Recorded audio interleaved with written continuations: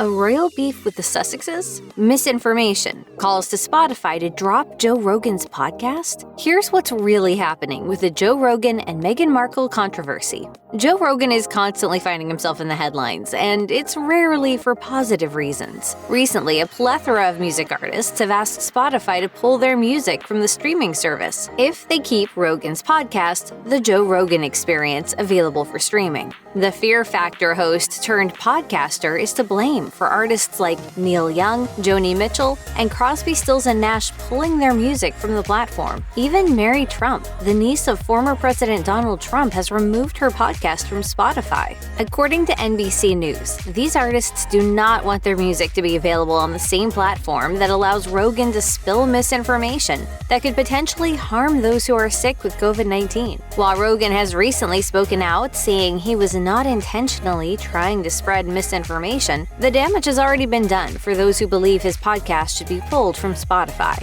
Now Rogan has found himself in the headlines again, and this time it's his comments aimed at the Duchess of Sussex that have people talking. Meghan Markle and Prince Harry have revealed that they agree that Joe Rogan should be pulled from Spotify. The couple's statement mentions that they have had concerns about COVID-19 misinformation since April 2021. Meghan and Harry have a podcast producing deal with the streaming platform, and they claim that their company, Archwell, has made strides to work on eliminating misinformation. According to Vanity Fair, the couple signed a reported $25 million deal with Spotify in December 2020. As part of this multi-year contract, Meghan and Harry released a holiday special that same month. A series was intended to follow in 2021, but for some reason, the project did not happen, perhaps due to the couple's misinformation concerns. Some people, however, believe Meghan and Harry could have taken a more active approach. According to reports, some Twitter users have suggested that the couple should have produced podcasts during 2021 that directly combated the disinformation by providing scientifically verified facts about the COVID-19 vaccine.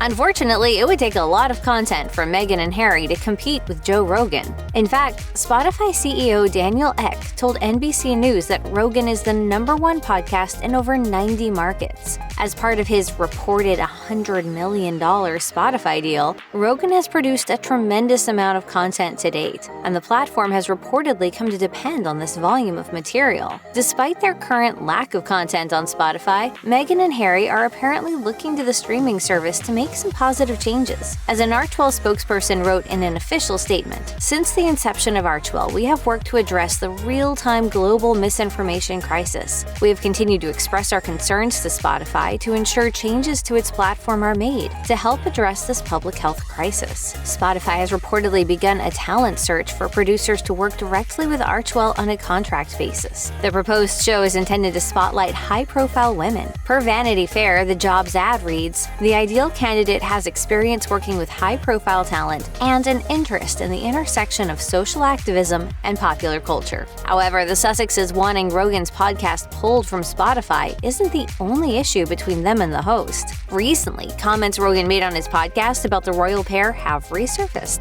According to the Daily Mail, these clips include comments from Rogan where he mimics the Queen. "Has Prince Harry left the throne?" And Rogan's comments didn't stop there. "She's gone to turn him into a Kardashian."